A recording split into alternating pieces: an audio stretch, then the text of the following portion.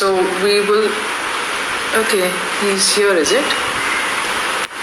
Yes, he's on. Awesome. Needs to accept this and then we can get things rolling.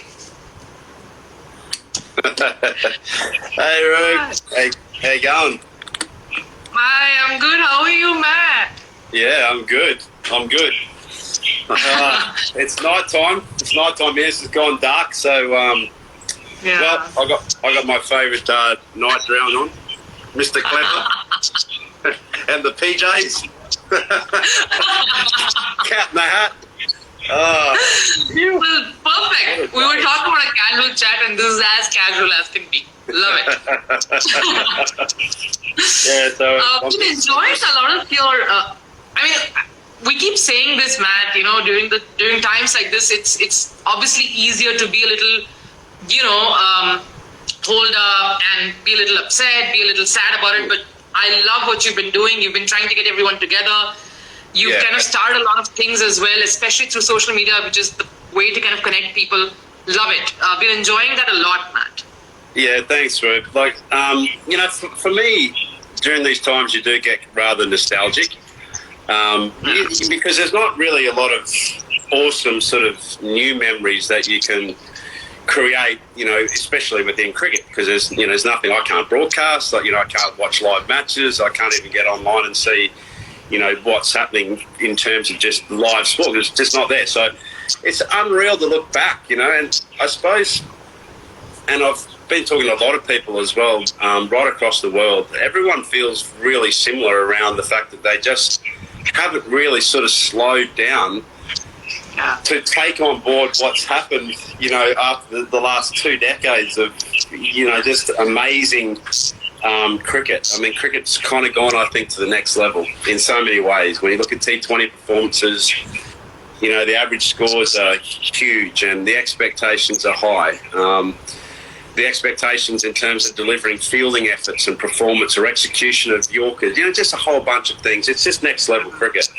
And so you're that busy sort of, as a former player, you're that busy sort of trying to just, I guess, portray to people just how special the modern cricketer is. But you kind of didn't have time to look back at your era because the game just keeps moving on. Life just keeps rolling on. So, yeah, for me, I just wanted to stop. I wanted to ask a bunch of mates, from Chennai and right across the IPL, and you would have seen those beautiful little IPL moments that, were created by the boys, just, loving the fact that they could just get back into that space where, that was my favourite memory. I did something similar with the Ashes as well, so Yes. It was so cool to, hear, and I'm really pleased now with where it's gone. It's gone to the really old boys, like the Jeff Thompsons and the Alan Lambs and, the guys that don't necessarily get a great voice on television, but they just got these great stories because it wasn't so serious. It wasn't the era of, protection and, no one had phones, so everyone were great storytellers, which was just brilliant. But then, away from cricket, just at home, that I've always, loved to grow my own food, produce meals from what we've cooked. I love, and the kids, the whole family, we just love animals, so we've got black cockatoos, white cockatoos, we've got sheep, we've got pigs, we've got geese, we've got a menagerie of animals. And they all add, such awesome, value to our life. That is actually, that's what I was going to get at, Matt. How have you, of course, one of your teammates in some sense, former teammates in some sense, Russ, of course, just saying hi, he's just come on. You're one of your neighbors in some sense. But I want to ask you about this, Matt, the fact that there's a bit of an ecosystem as well that you're in. You've got people, you've got animals, of course, who you're very close to. You've got a garden. You do everything from scratch. A lot of that kind of helps you gain a bit of balance in these times. Yeah, look, I suppose what we never do is take for granted skill sets. So to be able to, for example, make a curry from scratch, is something that, it's not an original IP. Someone created that, and I learnt that. So, it was a great blessing from, the hundreds of kitchens that I, became really dear friends with chefs throughout India. So it became a lot more about food rather than, necessarily about cricket. Now, of course, cricket's there because that was the connector. It was a conduit to conversation and open it up. But, yeah, during these times, I really appreciate that because, I can go to pretty much any region of the world, whether it be Italy or England, South Africa and India and Sri Lanka and all these different places which we got the opportunity to play cricket. And I can start to create, a little recipe, from scratch around, what that has meant, that travel. And more than anything, it's the people behind those. So, when I look at, food from Chennai, for example, can you possibly get anything better than curd rice? Really, really spicy lime or mango pickle. And dal curry. I mean, to me, that's kind of like coming home to India. And so if I can take a little bit of that, back here in Australia and to my family who all love that food, that's a blessing. It's such a joy to be able to create that. Brother, one of your Aussie mates, David Warner's just popped in. He's, of course, saying it's too spicy for him. David Warner, I've been loving your TikToks, brother. How good are they? I swear, they're amazing. And he gets his whole... I'll be tuning into his masterclass tomorrow as well. I saw that. So thinking of Davey, he's one of the individuals that I really just love in the game. He's just such a brilliant personality of the game. He's taken power hitting, to the absolute next level. Like when you look at his performances through the IPL, it's just been phenomenal. And when even the last time when he got the orange cap, he got it in about half the number of games that everyone else did, because that was the World Cup year. So, to me, his sort of personality is exactly why I want to watch the game of cricket, the modern game of cricket. Powerful, explosive, committed, passionate. I think him and Virat are just two of the individuals where you just go, if they're playing, you want to be watching it.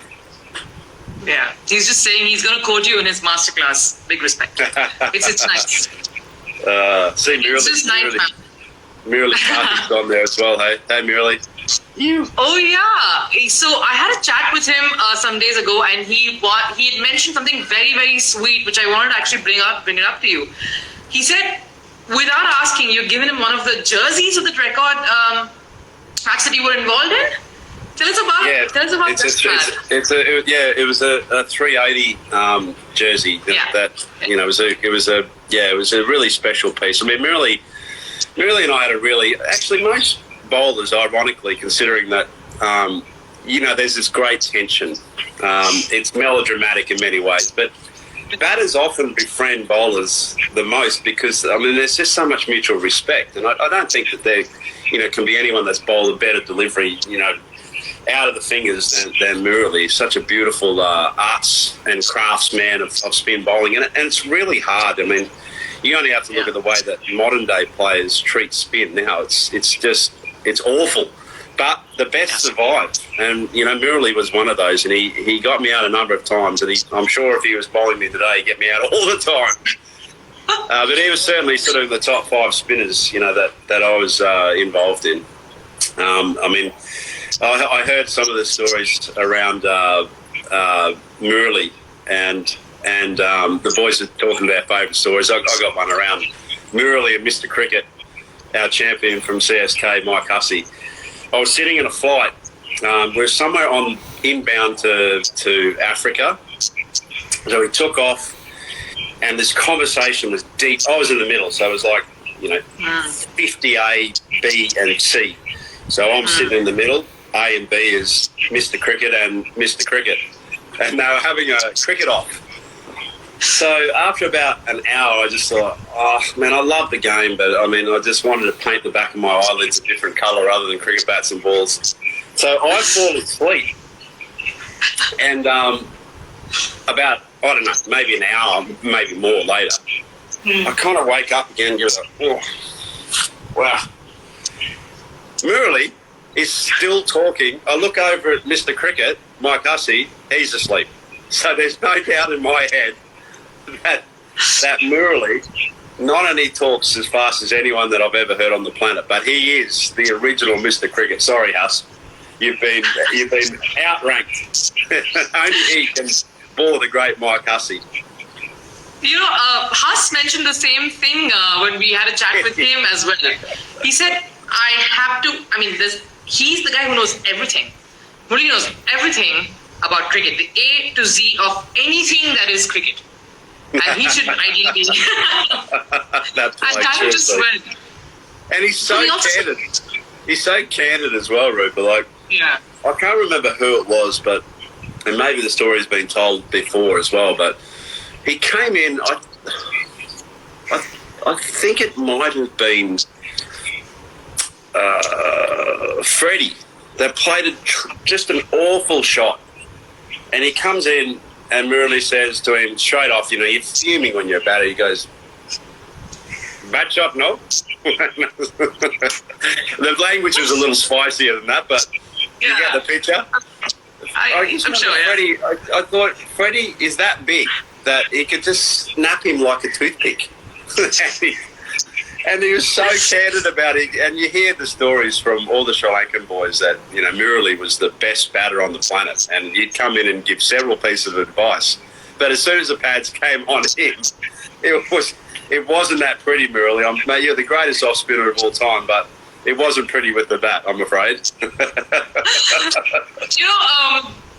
of Huss and Murali, there are a few stories that I wanted to actually bring to you. So when I was chatting with Huss, he said the first time that he even saw you, he remembers how it was so intimidating. But I've said the same thing to you, Matt. You know, before I got to know you, you have that aura and you are a very daunting personality, you know. But the fact that, how would you react to something like that? You know, one of, like, Huss saying something like that, but then he's just so friendly, so warm, so amazing. How would you react now? Oh, look, Huss was a classic because the Mike Hussey that kind of became the Mike Hussey, as we all know, his starts were just very humble for WA, and there's this great rivalry between WA and Queensland. In some ways, we kind of like even out the chips on each other's shoulders. You know, the New South Wales and Queensland, you know, there's an awesome rivalry there, but the sort of controlling interest of Australian politics in cricket is Victoria and New South Wales. So when Huss came, there was this tremendous rivalry, and I'll never forget it because he was one of the sort of favoured childs, you know, like he was part of the Cricket Academy, so he went through this sort of usual sort of process, and he got met by myself and Andrew Simons that were just hard-nosed. You know, we'd had 4 or 5 seasons together. We were a relentless cricket team, the Queensland team at that time as well, because we'd had, you know, 60-odd years of never winning anything.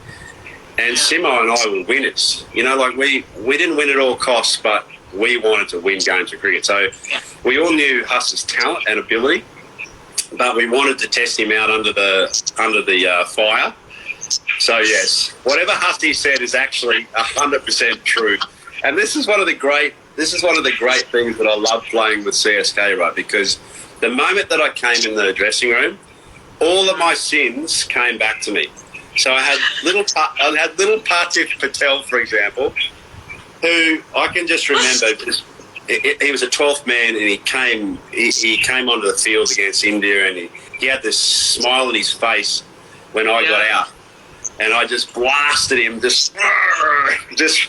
I was so angry, you know. It wasn't necessarily about Partif. I didn't know Partif at that stage, but he accounted word for word, Rupert. He accounted this story about how I was just insanely awful to him. And yet, you know, we just became really, you know, great mates, and to this day still are. But, you know, I heard everyone from every part of, you know, the world say, Hayden did this and that.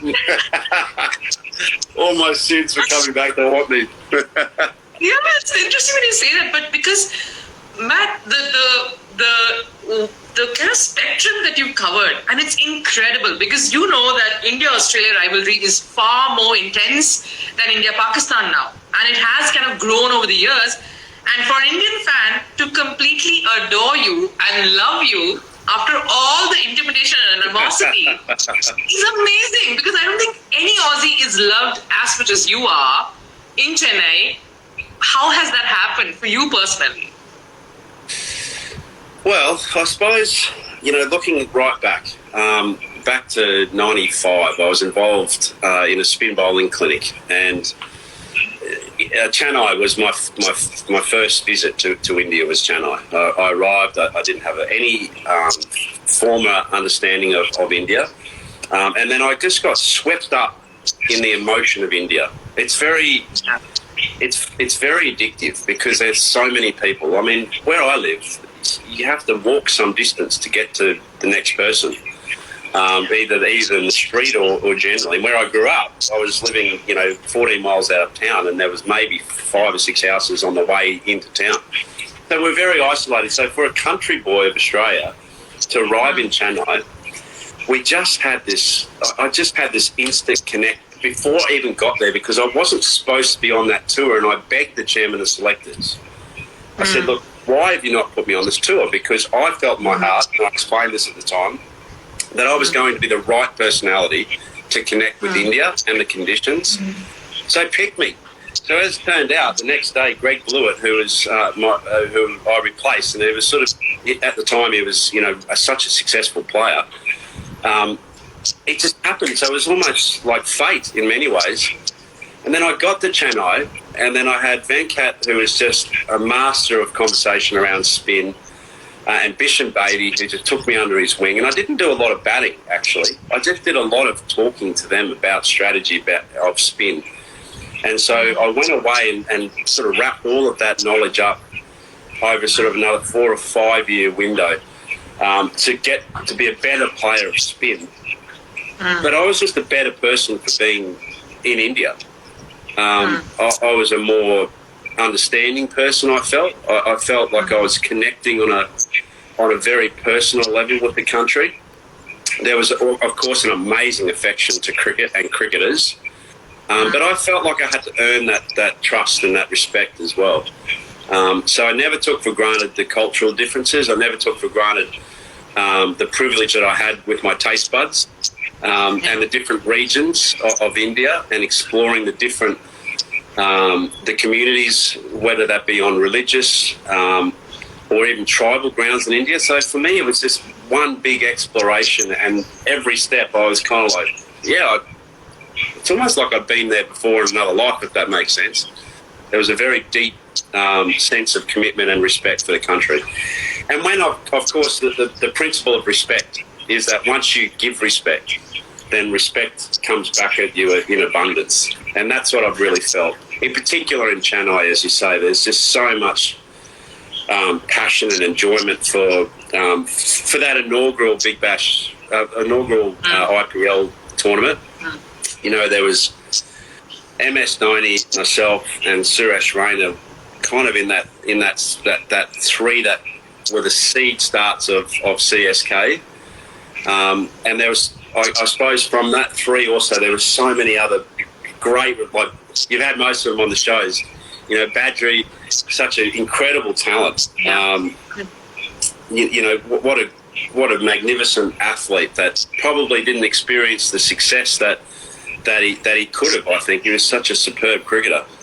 And then the other Aussie, the Hussey layers, Watson layers, all this great sort of spirit that came from Australia, from that sort of core group of players, and core group of administrators as well that have been right there from the start. Kasi Sir, Srini.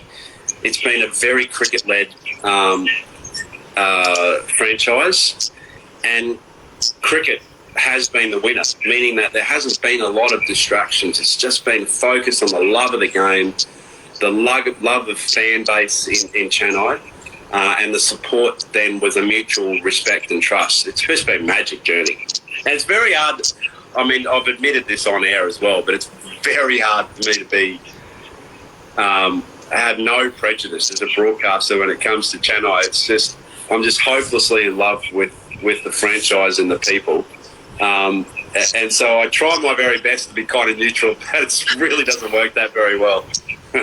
Yeah, because I've seen you as well, Matt. And you're always with the. I mean, once a CSK boy, always a CSK boy. I mean, that's just a given. But would you also say that your love for food and cooking kind of took on another shape through Chennai? Would you say that kind of laid some sort of a turning point when it came to cooking for you? Yeah, I think not just cooking, but I mean, love of ocean as well. It probably wasn't until I finished my IPL seasons that I really connected and had a bit more time as a broadcaster. Had a little bit more time to connect to some of the regional areas of Tamil Nadu as well. And you and I did, the start of the Tamil Nadu competition. It was just great to go to different places, Madurai, down south. But my heart connect really, was down with the Covalong Point community. I just find the people, just so beautiful, and Hayden, Div, and all the crew down there. They're doing great stuff around the ocean, which is my heart connect. Now, naturally, when it comes to the ocean, my heart connect then is, well, what do you eat from the ocean? So, days where I've been digging mussels with the boys and then going back into the kitchen down there and cooking food after I've had a surf and drank some coffee and just chilled out with mates. Gone out to the schools down there and played a bit of cricket. It's just I've just got so many great deep memories. It's because it's come over time as well. Like you can't just go in and just create something. When you really add up the months and potentially even years that I've spent in India, it means that you develop, like you go there first and then you develop a relationship and a friendship, and then it grows over time, and before you know it, you're sort of like family. So, now it's not like I go to restaurants in India. It's very much I'm going home to a family that I've now known for maybe 15 or so years. I know the kids now. I've just got this great relationship with so many people across the country that I feel like, it's home away from home. And food, of course, is always there. Yeah. And we will kind of talk a bit more about the food in a bit, but a lot of questions coming in, so I want to just pop in a few here. Of course, there's one called A Lone Rider. He asks, who's in the CSK team or the squad that you've been part of, or even now, current, before, who would you say is your brother from another mother? Suresh Raina. Suresh and I we've had, I don't know, it was almost love at first sight with Suresh. I mean, I always felt that he had, a really great connection to Chennai. As a Delhi boy, I just felt like he was always so welcoming.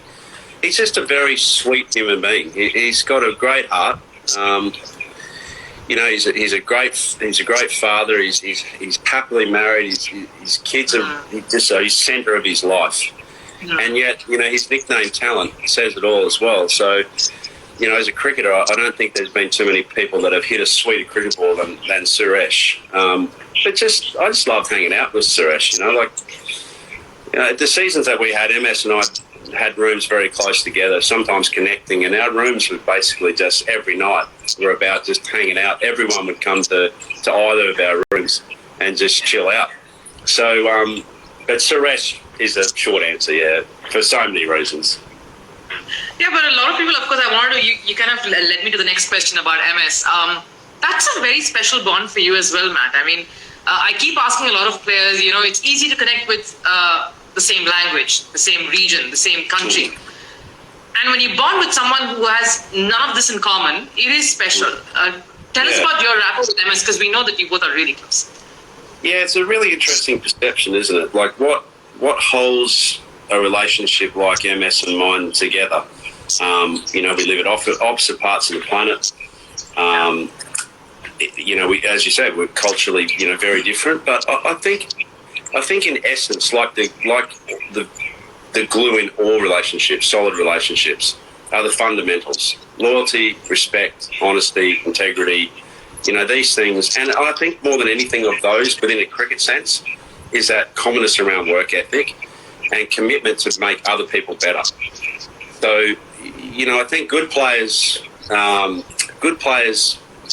have an insight for themselves, and they win matches, but great players make other players better, and then they go on to greatness as a team. And I think, that we have that in common with MS for sure. He makes everyone around him better because of his humility, just his candidness, but he's also a guy that doesn't waste words. He's not someone that, and I've got this relationship with Andrew Simons. My wife, she would often say, well, how'd you and Simo would go fishing? How'd you and Simo go? I said, yeah, really good. She says, what'd you talk about? Not much. So you tell you're out there for like 12 hours, you didn't talk? Yeah. Said pass the bait and how you going, mate? That's about it. The rest of the time we're busy fishing. But that can be a kind of a blokey relationship, and I feel that with MS, you don't necessarily, and even now when I see him, don't necessarily break into masses of conversation, but just being next to MS or being next to Suresh and finding that space, that personal space where you both really just got that level of stoke, and you're just happy to be there. That's what I feel about MS. Nice. And I want to, at this point, I want to actually show a few images, because we do want to relive some of those nice moments that you've been a part of, some things that you probably will laugh or probably have a story to tell as well about. So I want to kind of relive a few of those with you, Matt. And this one I know is very close to you. It's also part of a very amazing match that you guys were all part of. But this is something that you're extremely fond of, aren't you? Yeah, that was an amazing moment, yeah. I mean, to meet His Holiness is something which, and look, we've had the privilege of meeting some extraordinary people. Nelson Mandela, I don't know if you see behind me here, there's, which way, that way? I think there's one to your right. Oh, yeah, there, on the left, yeah.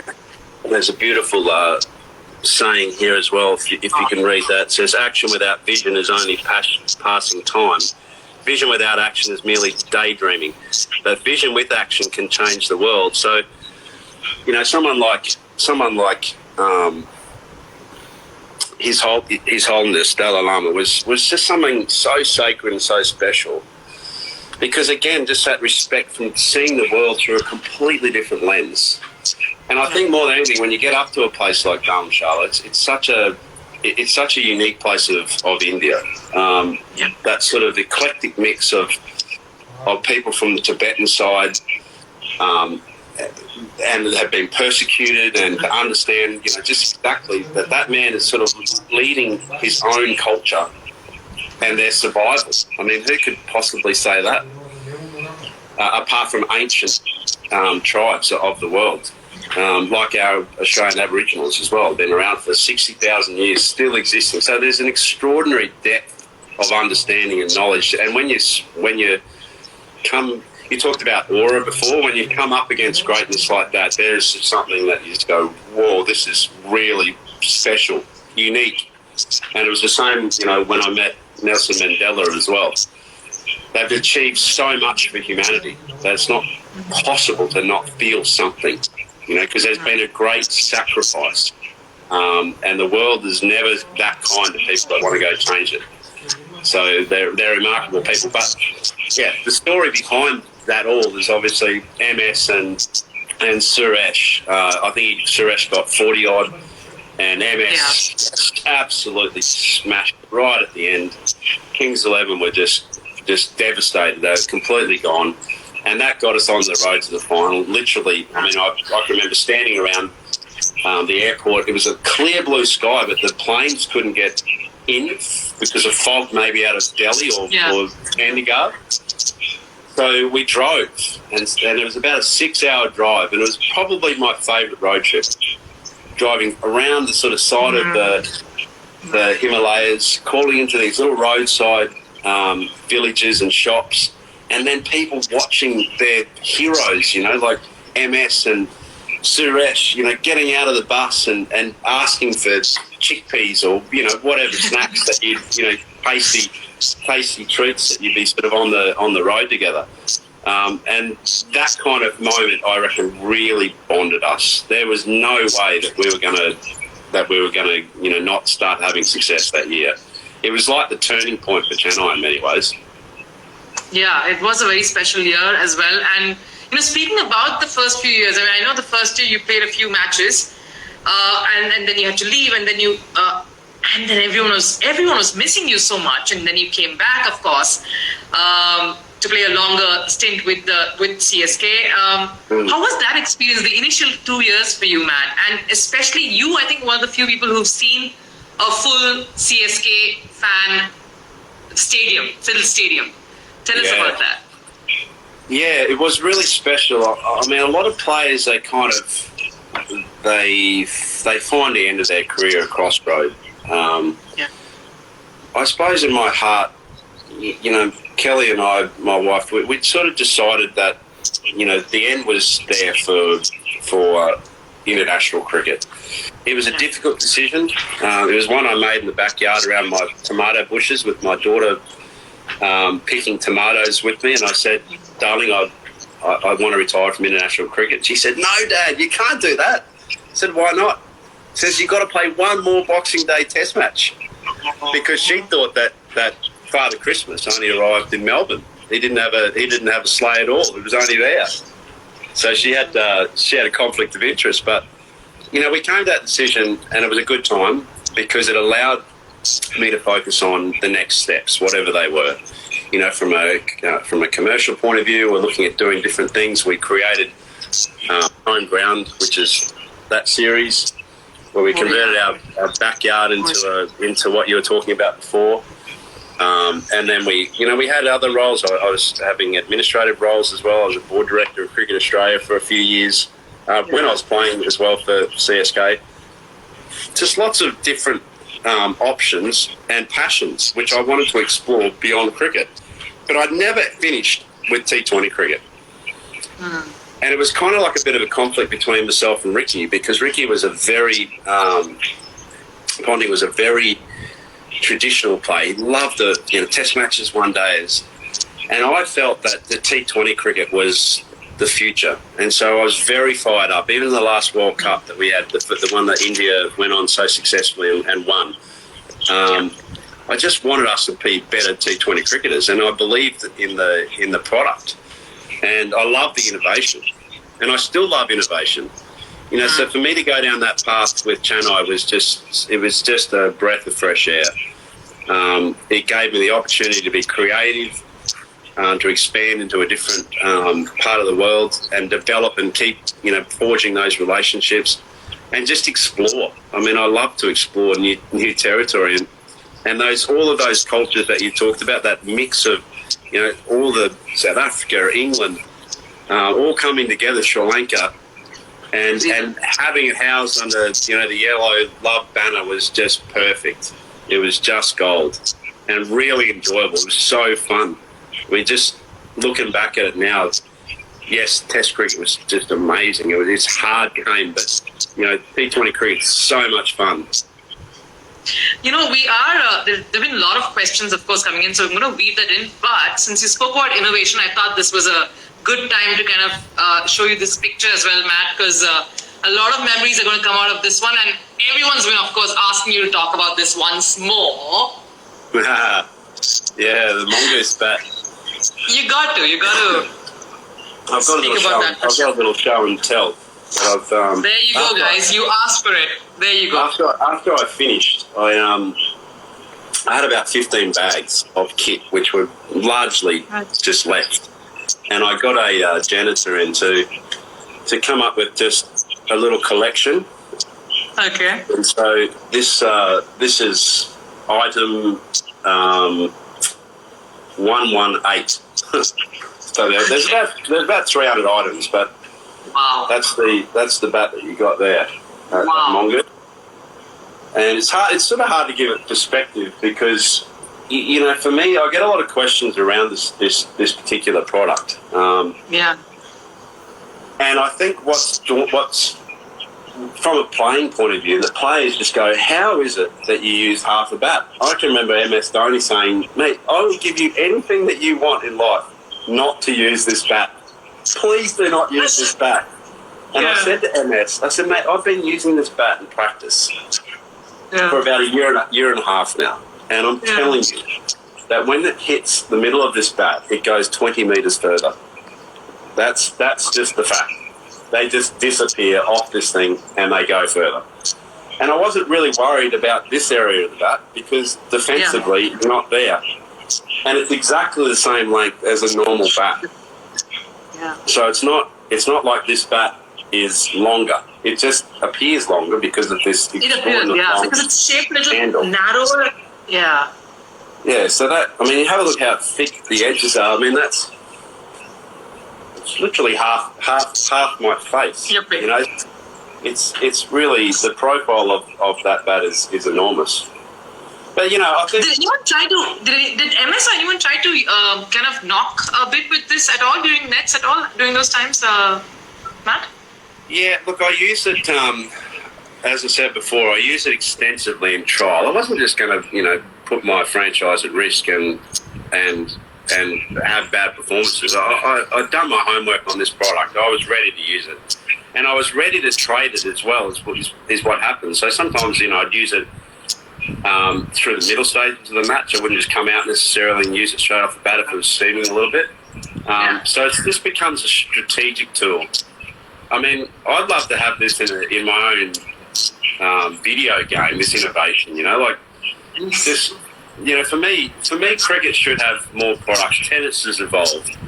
You know, you have a look at the way the rackets are strung, you know, the weight of them. I mean, even an absolute novice like me can hit a ball in the middle of a tennis bracket. They're about the size of your dining table now. They're huge.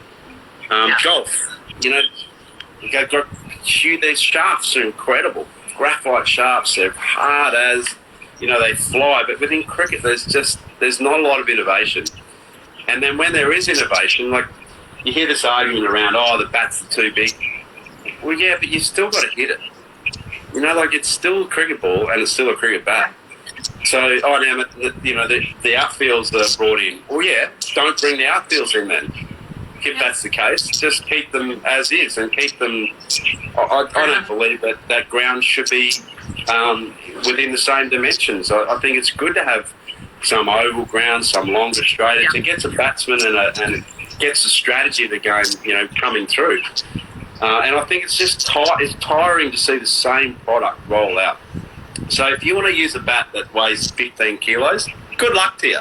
I'm sure Big Dre Russell wouldn't mind using something that's the size of the body.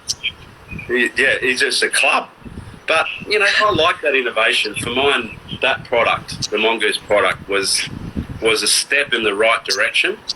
And it was a brave or courageous decision to use it. But I figured that it was going to make my game better. And in the couple of occasions that I used it, I just loved it. It was so fun to use. Did any of your teammates try using that as well once you kind of brought it out, Matt? Yeah, everyone tried it. I think the daunting thing about it, though, is that when you're standing over the bat, it's a half a bat. Yeah. But when you really think about it, and I'd say this to the boys at the time as well, when you think about it, you don't often badly mishit the ball. And if you do, well then, you know, bad luck, like you can in normal games. So you sort of got your range, your target range. I'll grab another bat. I'll grab another bat for a sec. 1 sec. No problem, Matt. So this is a typical bat that I was using. All right. I used this one in the inaugural Big Bash League final. Okay. And I got this painted by a guy called Pedro Wanamiri, and he's a Tiwi artist. But it's just the most stunning piece of artwork. Wow. It's beautiful. And I actually used it like that as well in the games. But getting back to my point, like when you look at the actual profile of the bat, the majority of the balls are hitting, you know, in that range. You know, like if you go above here, yeah, there might be one or two that got you a bit high on the bat. But when you line up this particular profile with the Mongoose,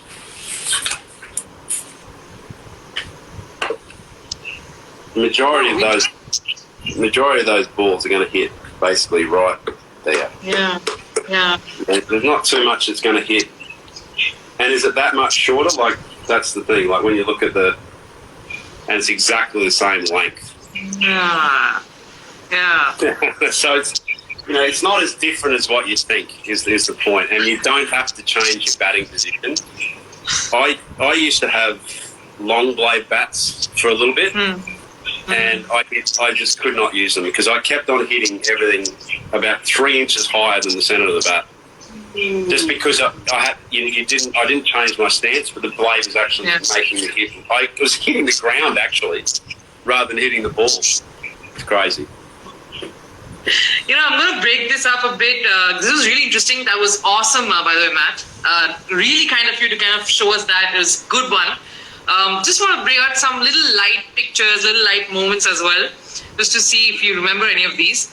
Of course, this is a very cool one, which a lot of people... Oh, this is amazing. I think a lot of the intimidation comes from this. How fun was doing that? It was fun. It's probably one of my favourite pictures, I reckon. I just love the whole sort of concept behind that as well. Just that. What's the god? What's the name of the god? The one that they call you, one Murli started? No.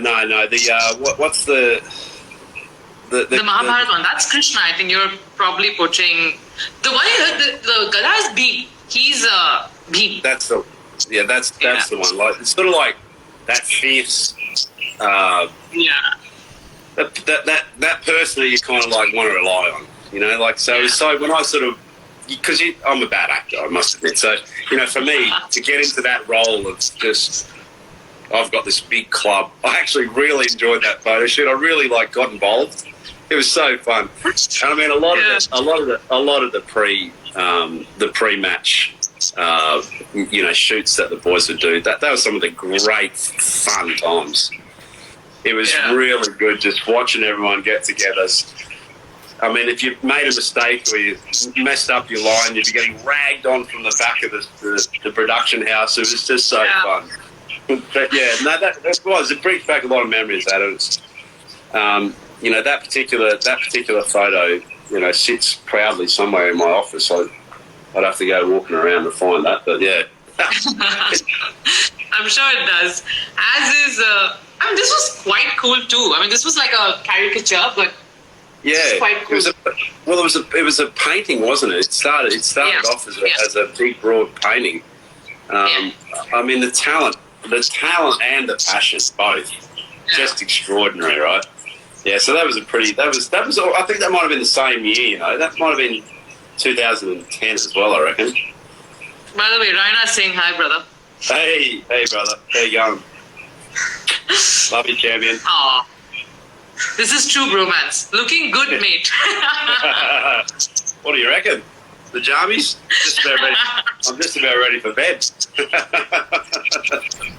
Yeah, we're kind of keeping him here for a while. Just a little bit more, of course, Matt, because I want you to definitely comment on this picture, because this is... you're told that you love... we told you love ice baths, but does your expression say that? Is that... Jason Gillespie said this the best of anyone. He said, they used to put the beers on ice, now they put us on ice. So go figure. Seriously. It is the most overrated experience on the planet. And it's safe to say, guys, that I have not been in another ice bath. I've been in some cold water surfing, but I've never been in another ice bath since then. They are ridiculous. Yeah. Seriously. That is scary. Yeah, your face kind of said that bit, Matt. We were talking about food, and I had to kind of wrap this up with a bit of that for sure, before we kind of take a few questions from the fans to kind of wrap this up. But since you really have a fondness for South Indian cuisine and cooking, and you're very, very particular about the naming and all of that, because I have something very special with me, brother. This is one of the first things I picked of yours. Yeah, there you go. Yeah, beauty. There's a chicken. Yeah. There's a couple of chicken curries, I think, there's a chicken curry, there's a dal curry. Yeah. There's avial. There's a few that I still to this day really enjoy. Like a simple vegetable curry. I find that I find that really enjoys with a lot of coconut milk, fresh coconut milk as well. Just for me, food is really simple, right? Like, you don't want to try and overcomplicate it.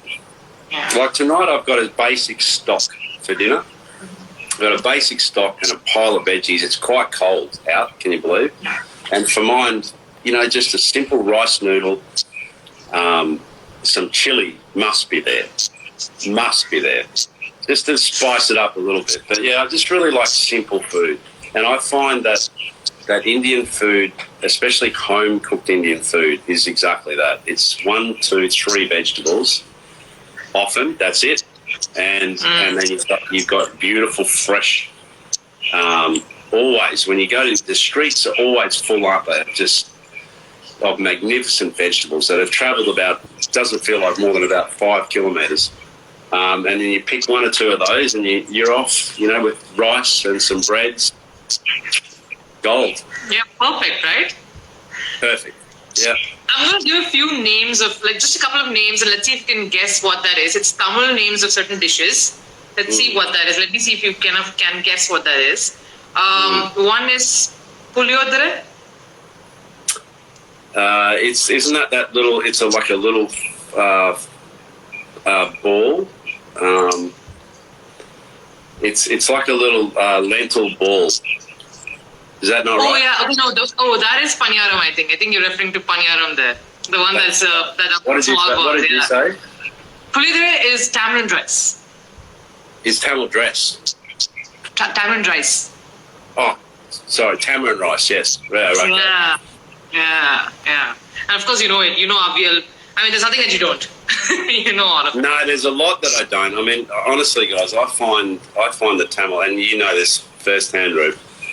I find Tamil language really hard. I mean, it's something that, like, Hindi's one thing, and I think I can kind of like navigate my way around Hindi, but when it comes to Tamil, I really have tried over the years to get it, but I think I need 3 tongues.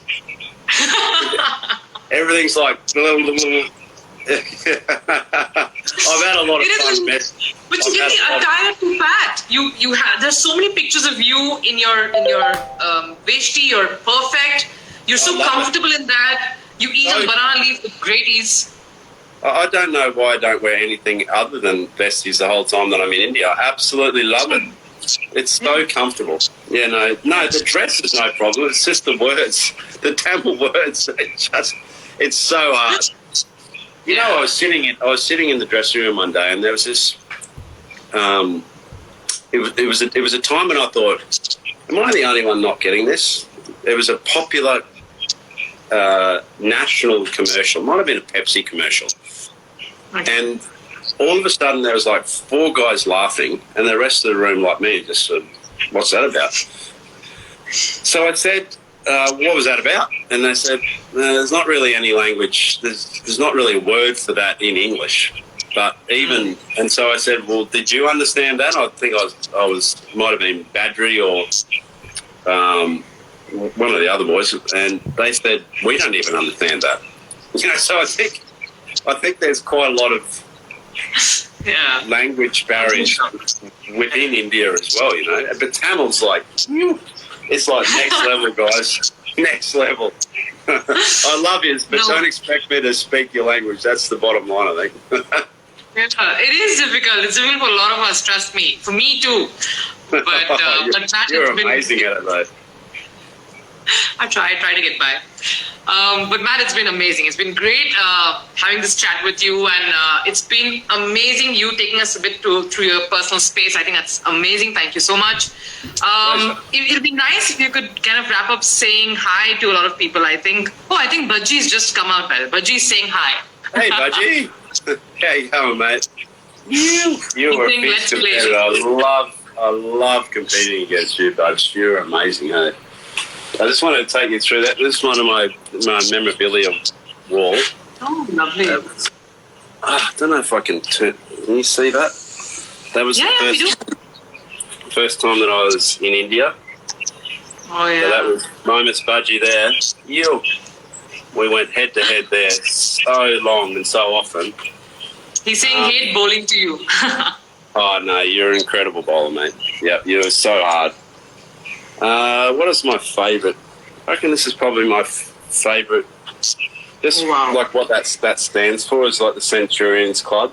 I think longevity really sort of speaks a lot about character. But those guys that, you know, formed the sort of backbone of Australian cricket, from Border obviously across to the great man Warren, but, you know, looking down that list, there's not a player down there that, you know, hasn't earned, you know, so much respect in the game. This was an awesome, you know, the 380 was a very special time. But I think more than anything about that time, it was when, you know, it was when my daughter Gracie was, you know, she was a couple of years old. So we're just sort of consolidating our life as a family, and, you know, looking back at that, that was just, you know, it was an enormous experience. First bat that I used in Test cricket, which was the old Ultimate, and first baggy green, which is still sitting up there proudly. That was a pretty cool. That record one day, so that's been broken now, which is great. I love records. So records are meant to be broken. Hey? Meant to be broken, yeah. Yeah, when Lara sort of broke my record, I was just so happy for him. It's just terrific. It's his birthday today, by the way. I think it's his birthday today. Yeah. Is it? Eh? Yeah, it is. It is his birthday today. Yeah. Yeah, he had a photo with Gordon Greenwich, didn't he? Anyway, yeah. So there's just a few things there that sit proudly on my office wall, and not just from cricket either. There's a few other things, a few favourite sayings that I've got on the wall there. If you can see that one. Some people want it to happen. Some wish it would happen. Others make it happen. Make it happen. I like this one as well. Awesome. A person who never made a mistake, never tried anything new. And this is definitely my favourite, this one here. It sits up here. Yeah. I'm the wisest man alive, for I know one thing, and that is that I know nothing. Nice. Socrates. How often? Wow. Oh, this is one that I should have used for Parthiv Patel. Just breathe and count to 10. I needed to use that a lot more, I can tell you. That's why it's sitting right beside my office desk. Yeah. Oh, God. Those are memories for sure. Memories for sure. Someone else, of course, Lakshmi, the statistician, of course, came and said hi. Hey. It was nice. Hey. Very nice. How you going, mate?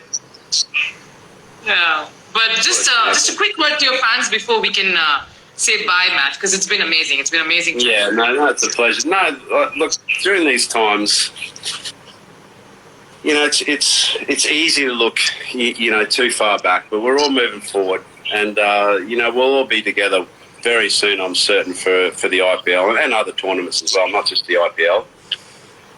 But you know, just love each other, stay tight to each other. Try not to. I feel you've still got to make every day count. There's got to be a silver lining to every day. And we can all be people of vision, identity and purpose. We can all be VIPs. It costs nothing to have that. And the great people on the planet, they don't need anything. They just need to have their own sense of integrity and purpose. And to live life on purpose is, you know, something really significant that you can do day by day, brick by brick.